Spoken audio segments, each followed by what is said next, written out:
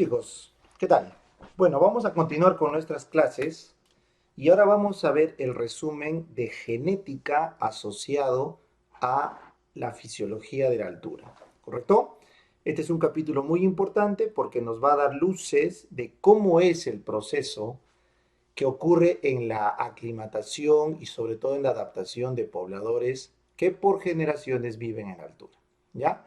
Entonces, lo primero que tenemos que saber es que desde hace mucho tiempo, 1998, ya se sabía que un polimorfismo del gen ACE, ustedes saben que polimorfismo significan variaciones del código genético que ocurren producto de selección natural y de otros factores en la especie humana y en otras especies, en las que ciertos sujetos tienen un tipo de gen y otros sujetos tienen otro tipo de gen y eso al final se expresa en ventajas o desventajas fenotípicas.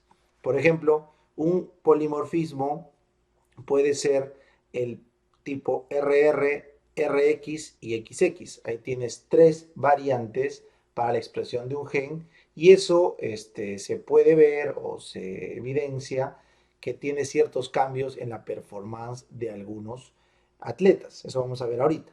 Entonces se ha visto que este polimorfismo del gen ACE mejoraba el rendimiento de algunos montañistas. O sea que los montañistas que tenían cierto fenotipo, perdón, genotipo del gen ACE, ACE es de la enzima convertidora de angiotensina, ¿correcto? Entonces tenían un mejor rendimiento en montañas. ¿Ya? Eso es importante que ustedes lo tengan en cuenta. Ya, ahora, hay bastante literatura sobre esto, ¿no? Depende mucho de cómo lo enfoquen, pero se ha visto que tanto en deportistas de fuerza, de resistencia, como en montañistas, estos polimorfismos parecen jugar un rol en el rendimiento, ¿ya? Otro dato que deben recordar es que en 1992 se descubrieron los HIF, ¿no? Los factores inducidos por hipoxia. Estos factores inducidos por hipoxia no son más que factores transcripcionales que lo que hacen es promover la transcripción, aumentan la transcripción del gen EPO. Y ustedes saben que el gen EPO de la eritropoyetina se encarga de aumentar la masa de glóbulos rojos y la hemoglobina, ¿ya? Entonces es muy importante que recuerden esta figura 4.1 que vamos a ver, donde están todas las funciones de este gen producto de la inducción del HIF. ¿Ya? Recuerden que hay dos unidades, alfa y beta, ¿ya? Que se polimerizan para poder hacer su efecto. ¿Ya? Entonces rapidito vamos a pasar acá para ver esta figura 4.1, como ven acá, ¿ya? Y la importancia de este HIF. Entonces, miren, este HIF, cuando estamos en condiciones de normoxia, o sea, normalmente hay presión de oxígeno en la célula, entonces este HIF que ves acá se une a estas ubiquitinas, y estas ubiquitinas, acá vienes, el HIF1 alfa que están viendo acá, ¿no es cierto?, en presencia de oxígeno, va a hidroxilarse, o sea, va a ganar un oxígeno, ya, se va a fijar a la VHL, ya, acá ven, a ese está al von Hippel-Lindau protein, una proteína asociada al von Hippel-Lindau, se une y esto unido rápidamente pasa junto con las ubiquitinas que les dije acá a un proteosoma que lo degrada. O sea, en resumidas cuentas, en condiciones de oxígeno normal, el HIF1 alfa se oxida, esa oxidación que ven acá a través de esta prolilhidroxilasa de proteínas, ¿no es cierto?, lo une al factor de von Hippel-Lindau y este unido junto con algunas ubiquitinas que hacen de chaperonas lo terminan transfiriendo hacia un proteosoma que lo degrada. ¿Está bien? Entonces, la clave está acá. Cuando hay hipoxia, entonces este prolilhidroxilasa, esta de acá, ya no actúa con oxígeno. Por lo tanto, el HIF alfa no se llega a unir al von Hippel-Lindau. Entonces queda liberado, queda liberado. Y luego se une a la porción 1 beta y estas dos entran y se vuelven un factor transcripcional maduro, ¿correcto? Se vuelven un factor transcripcional maduro y entran a activar a este famoso elemento de respuesta a hipoxia. Entonces, el elemento de respuesta hipoxia que están viendo acá termina a ser un transcriptor o un promotor de la transcripción de genes que responden a la hipoxia. Por ejemplo, genes que producen eritropoyetina. ¿Ya? Entonces, este complejo HIF 1 beta y 1 alfa termina actuando sobre este elemento de respuesta hipoxia y activando genes para combatir la misma. Es muy importante que ustedes recuerden la importancia de este HIF1 alfa y la importancia que tienen estos genes nucleares de respuesta a la hipoxia. ¿Ya? Muy bien.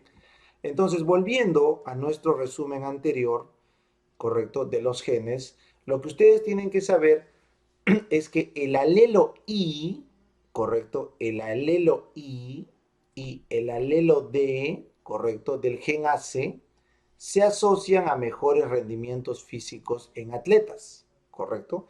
El alelo I y el alelo D se asocian a mejores rendimientos de atletas. Entonces, como ven acá, este de acá, DD, ahí tienes, este es el polimorfismo de los atletas de élite.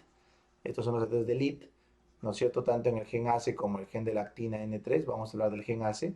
Entonces, miren, los que tienen DD, como ves acá, tienen o representan un 10%, ¿ya? Los que tienen DD y en este genotipo RX de la ACTN3 representan 24%, y los que tienen DD pero con el genotipo ACTHN3XX tienen 18%. Entonces, ¿a qué voy con esto? Que cuando combinamos estos dos genes, los genes del ACE, los genes de lactina N3, ACTN3, estos terminan siendo genes que explican mucho de los atletas elites. Ya vengan acá.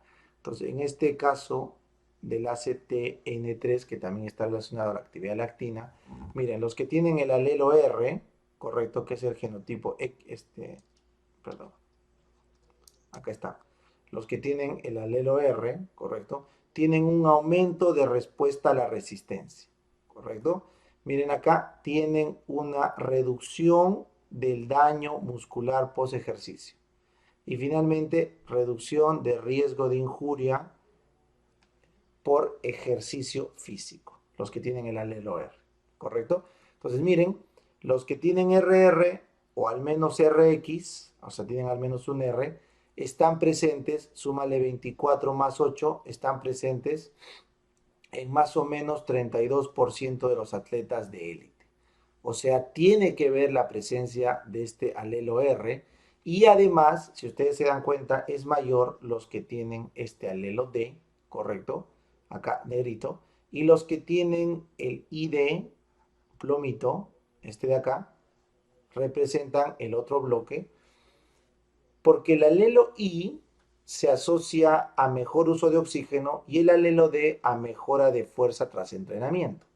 Entonces, si terminamos combinando los polimorfismos AC más los polimorfismos ACTN3, los combinamos, terminamos teniendo que aquellos que tienen dos Ds o una I y una D más al menos un R, el R es respecto al ACTN3, terminan siendo la gran mayoría de los deportistas de élite. O sea, en cristiano, uno es deportista elite, atleta de elite, porque tiene un polimorfismo genético que lo beneficia.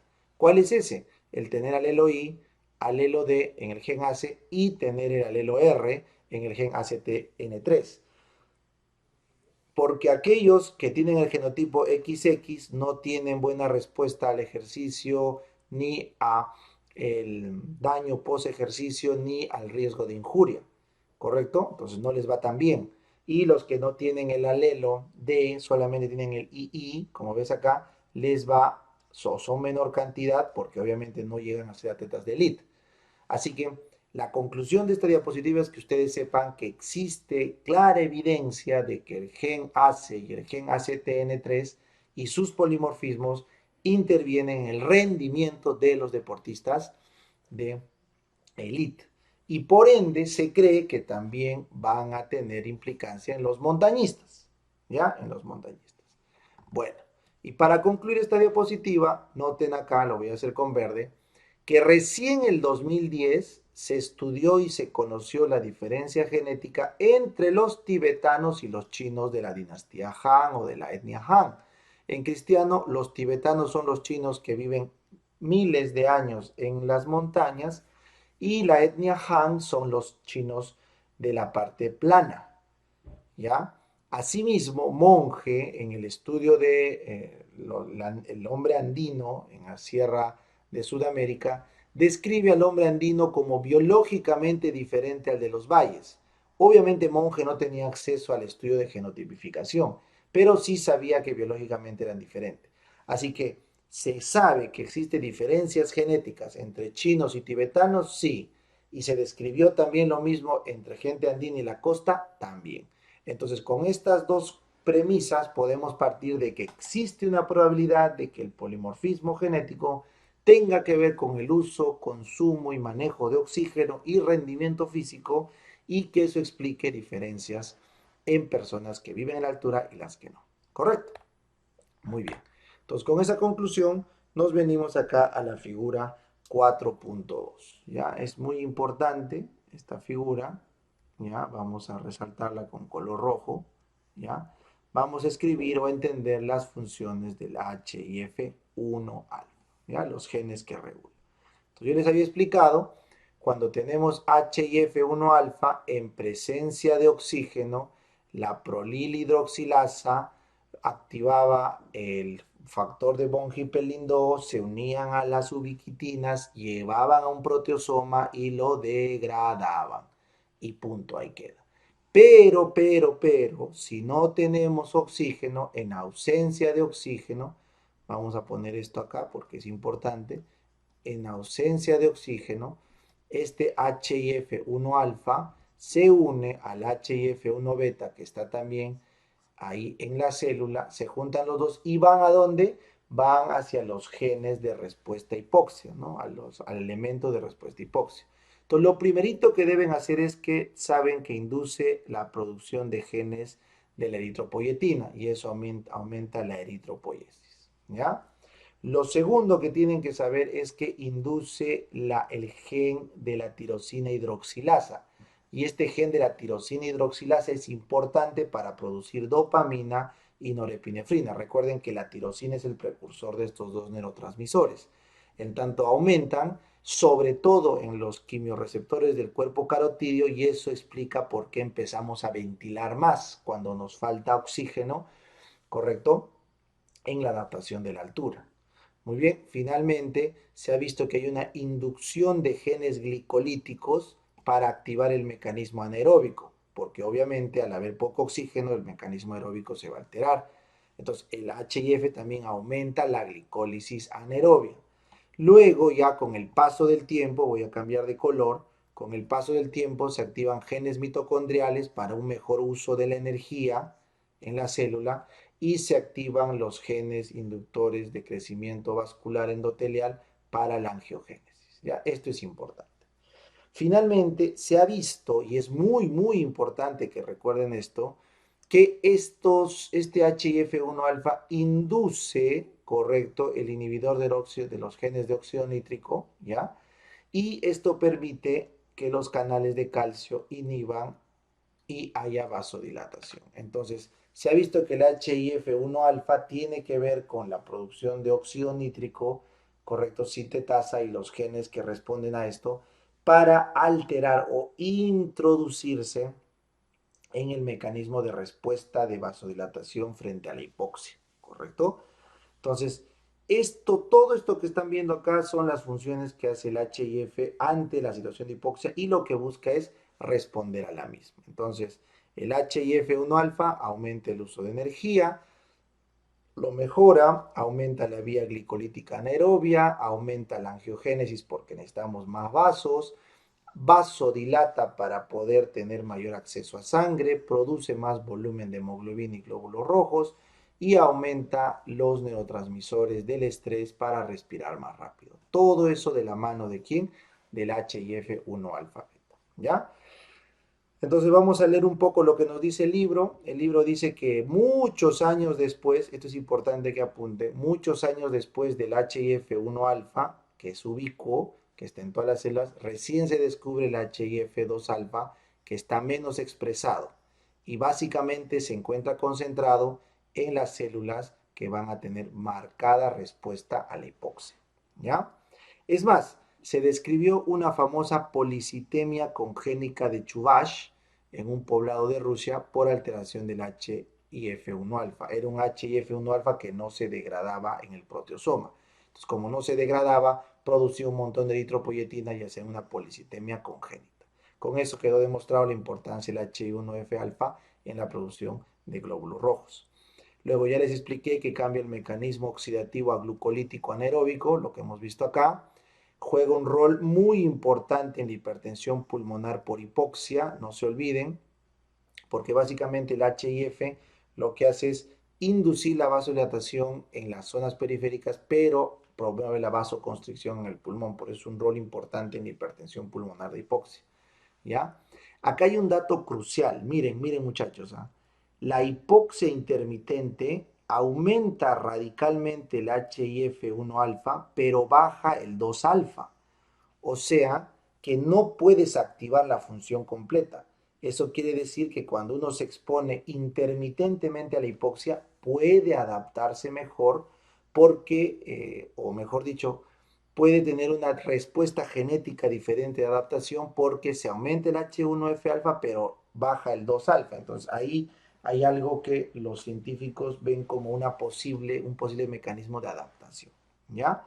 Se ha visto que el HIF1 alfa está aumentado en cánceres y eso se sobreentiende porque el cáncer vive con poca tensión de oxígeno, porque ustedes saben que el tamaño y crecimiento tumoral no va de la mano con su angiogénesis, así que requiere este HIF1 alfa para poder responder a la hipoxia. Y finalmente todos los tejidos con isquemia crónica, como por ejemplo un miocardio infartado, va a tener HIF alfa aumentado. Así que el resumen de esta diapositiva es mostrarles que frente a la hipoxia producimos más HIF1 alfa porque no se degrada. Y este se une a HIF1 beta para hacer esas 6 funciones promotoras genéticas que ven ahí. Sin embargo, parece que en la regulación de estos dos HIFs, tanto el alfa como el beta, encontramos la posible respuesta de adaptación a hipoxia, que vamos a ver más adelante. ¿Ya? Entonces, acá está la madre de toda la lógica, ¿no es cierto? Acá vamos a ver las diferencias fenotípicas entre los tibetanos, los andinos, en cada uno de sus parámetros, ¿correcto? Entonces empezamos. Esta es la parte más importante de la clase, por favor síganme, ¿ya? Entonces, existe desde hace muchos años evidencia, en este caso la primera fue accidental, de que el rendimiento era superior en unos pobladores llamados pobladores Sherpas del Tíbet. O sea, en las expediciones que se hacían, accidentalmente un investigador empezó a medirle los patrones respiratorios a los cargadores que utilizaban los expedicionarios occidentales y accidentalmente se dieron cuenta, oye, mira, el cargador, la persona que nos carga las cosas, tiene mejor rendimiento que los que estamos estudiando, los alpinistas. Y ahí empezaron las primeras descripciones de esa diferenciación. ¿Ya? ¿Qué pasa? Estos tibetanos tienen más consumo de oxígeno que un no adaptado a la altura, tienen más latidos por minutos cardíacos, tienen menos vasoconstricción por hipoxia en el pulmón, tienen más óxido nítrico disponible para no tener hipertensión pulmonar, tienen menos hemoglobina para no hacer policitemia ni hiperviscosidad, tienen mayor peso al nacer porque aparentemente sus placentas están bastante expuestas a la hipoxia y eso genera factores que ayudan a aumentar el volumen de sangre y eso los hace engordar más. Tienen mayor flujo sanguíneo fetal, por eso crecen más. Y tienen mayor saturación de oxígeno que uno que no es tibetano. Entonces, por todas esas cosas dijeron, oye, estos patas son diferentes, ¿ya? Entonces, existe un estudio bien claro en el 2010 donde se ha visto que los genes de los tibetanos de gran altura son diferentes a los genes de los chinitos que viven a baja altura como Beijing, ¿ya?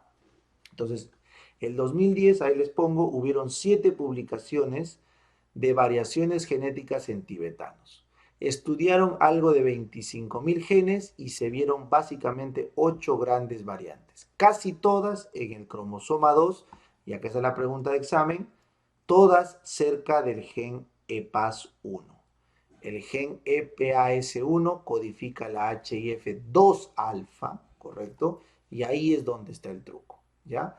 No en la 1 alfa, 1 beta, sino en la 2 alfa, ¿ya? Entonces ahí está el truco. Ese HIF2 alfa es menos expresado, ¿ya? Ese 2 alfa parece estar en tejidos que soportan la hipoxia, como les dije. ¿Ya? No se confundan. Una cosa es el 1 alfa, 1 beta, que es para la actividad del factor, y otra cosa es el HIF2 alfa, que ese es el que está menos expresado. Y se ha visto que todos conllevan básicamente a tener menos hemoglobina, ¿ya? Hay otros estudios que han buscado genes como el gen EGLN1, el PPARA y genes relacionados a la hemoglobina, no, perdón, los dos relacionados a la hemoglobina, pero no es algo relevante. Y como pueden ver, no hay nada, absolutamente nada, de mutación en el HIF1 alfa. O sea, todo el truco está en el HIF2 alfa, ¿ya? Recuerden, y esto es un dato crucial, los tibetanos difieren de los chinos Han desde hace casi 3000 años. O sea, esta etnia humana es marcadamente distinta de la etnia que no es tibetana. Así que claramente se puede explicar una adaptación a largo plazo a la altura. Es más, se cree que esta es la adaptación más rápida que ha habido en la historia de la humanidad como especie frente a algo externo. O sea, en tan pocos años ha habido una divergencia genética marcada para una misma etnia. Muy bien, ahora la lógica será, y doctor, y el andino que también vive a grandes alturas, que desde hace miles de años está ahí, se diferencia del costeño, que va solamente ahí de vez en cuando a tomarse unas fotos a la altura.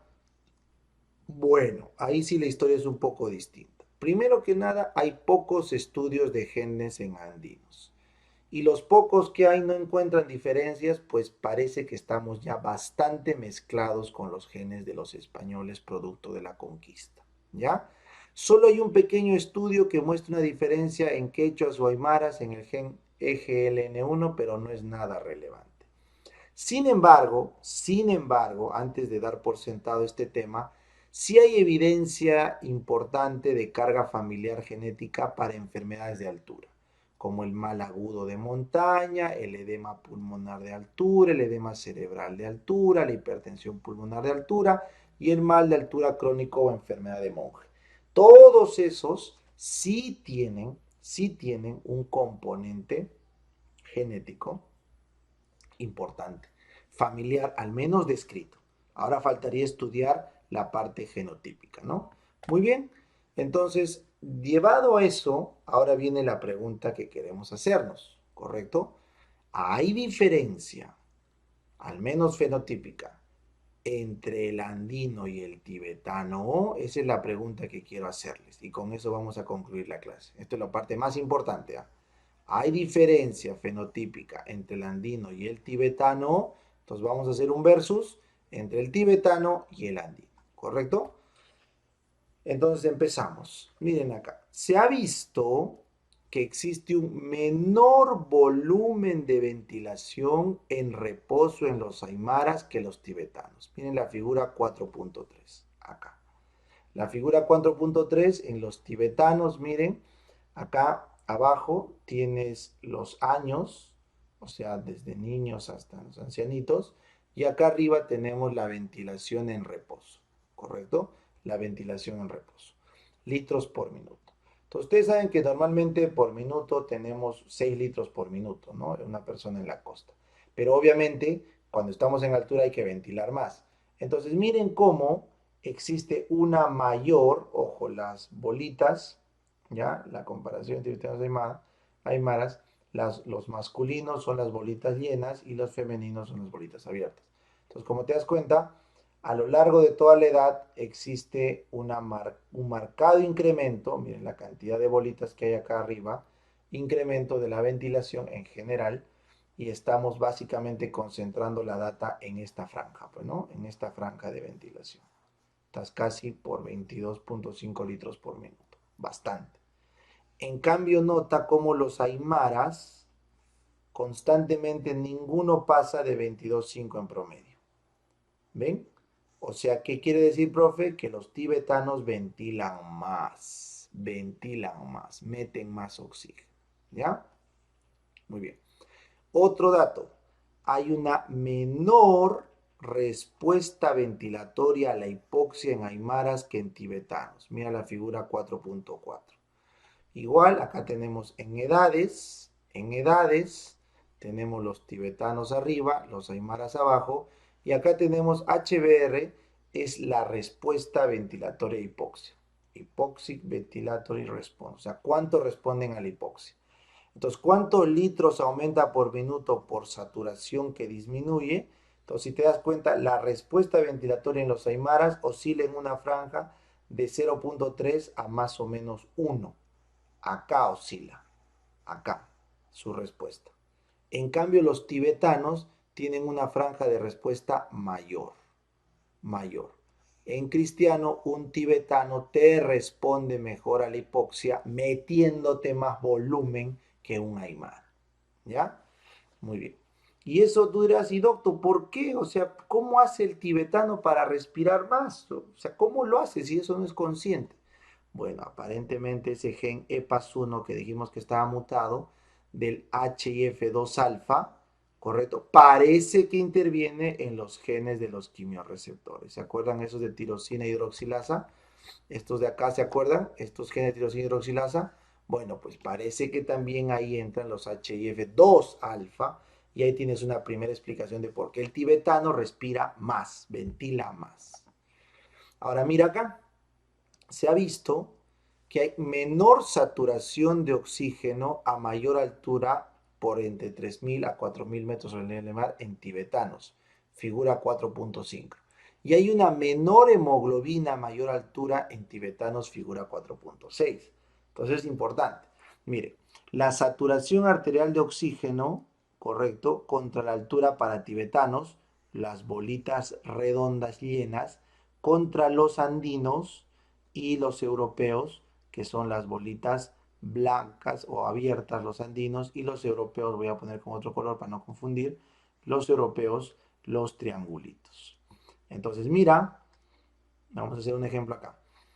Al nivel del mar, la bolita roja, el tibetano, el triangulito, el europeo o el costeño, y el redondito, el andino, los tres básicamente saturan por encima de 95 sin ningún problema. O sea, todos están felices. Pero a medida que avanzamos en la altura, ¿correcto? Los pobladores andinos y los tibetanos suelen vivir en estas altitudes. Casi a 5.000 nadie vive, pues, ¿no? Pero entre 3.000 y 4.500 sí se vive. Entonces, cuando venimos acá, miren cómo los andinos, ahí tienes, tienen unas saturaciones bajas, 82, ¿correcto? Y los tibetanos, que estás viendo acá, tienen una saturación marcada de 90, sin mucho problema, ¿correcto? Y bueno, acá tenemos un poco de medición de los europeos, pero si los bajamos en el puntaje estamos alrededor de 3.000, así que no nos importa porque lo que estamos estudiando es gente de altura, 3.000 a 4.000. Entonces tú te das cuenta, hay una menor saturación de oxígeno, ¿correcto? A mayor altura en los tibetanos.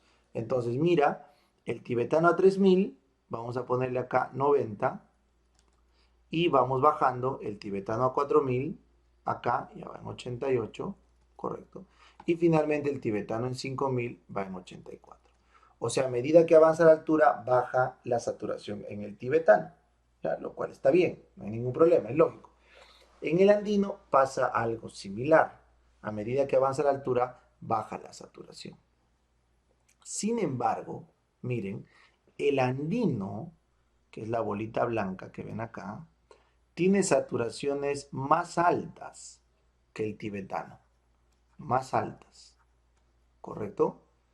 Entonces, eso es bueno, puedo. Sí, pero lo malo es que estas saturaciones altas son a expensas de demasiada hemoglobina, de policitemia.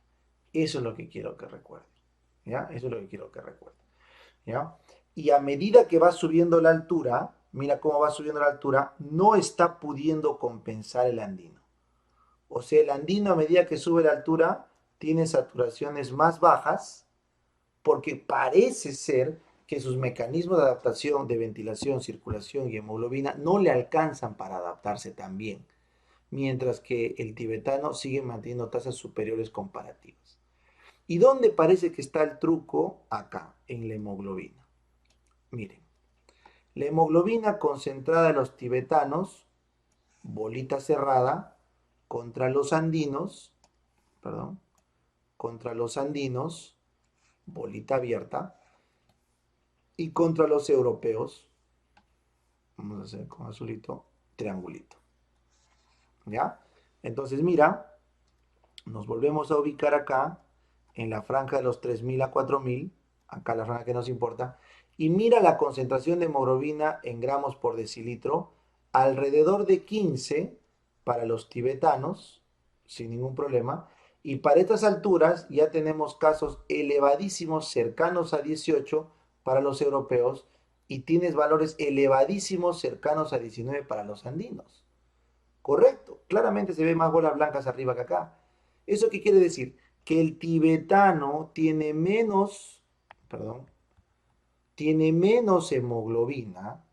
Y tú dirás, pero profesor, ¿le va mal? No le va mal, porque al tener menos hemoglobina, su sangre es más fluida, tiene menos viscosidad, tiene mayor flujo sanguíneo, entonces tiene menor hipertensión pulmonar, como les decía, y por lo tanto va a mejorar su performance a largo plazo. O sea, profe, en cristiano, la menor hemoglobina a mayor altura permite que sus tasas de saturación a mayor altura sean mejores que los andinos que tienen demasiada concentración de hemoglobina y eso termina encharcando su sangre y no puede fluir. ¿Entendieron? Entonces, es una gran ventaja de los tibetanos. ¿Ya? Y finalmente el que remata la historia es la hipertensión pulmonar.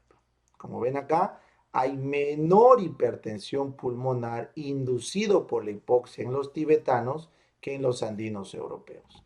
Entonces, mira, el tibetano, esta es la presión pulmonar de reposo, como ven acá, ¿ya?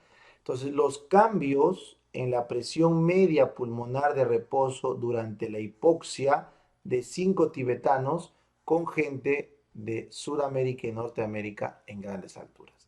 Entonces, miren, los someto a menor cantidad de oxígeno, hipoxia, menos de 60, y miren cómo la presión pulmonar media se dispara en el norteamericano y el sudamericano. Obviamente el norteamericano se dispara más porque no está adaptado a la altura, en cambio los andinos se disparan un poco más lento, pero igual se disparan. Entonces hacen hipertensión pulmonar y esto inevitablemente lleva a un cor pulmonar y eso termina disminuyendo el flujo sanguíneo general y eso termina generando daño hipóxico. O sea, no está bien hacer hipertensión pulmonar.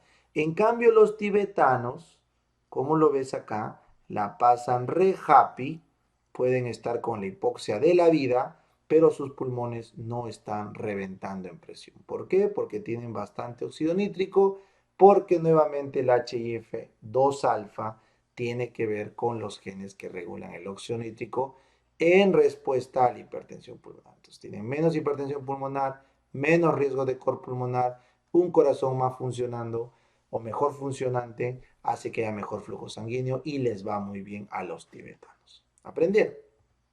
Muy bien. Entonces, con eso concluimos de que el tibetano genéticamente ha conseguido polimorfismos gracias a mutaciones del gen EPAS1 que le han permitido adaptarse a la altura. No hace hipertensión pulmonar, te hace menos policitemia y así te mejora las saturaciones a grandes alturas. Comparado con blancos caucásicos de baja altura y comparado con población andina, inclusive que vive en alta, a altitudes importantes. ¿Ya chicos? Así que esa ha sido la conclusión de la clase de ahora. Espero que les haya servido. Muchas gracias.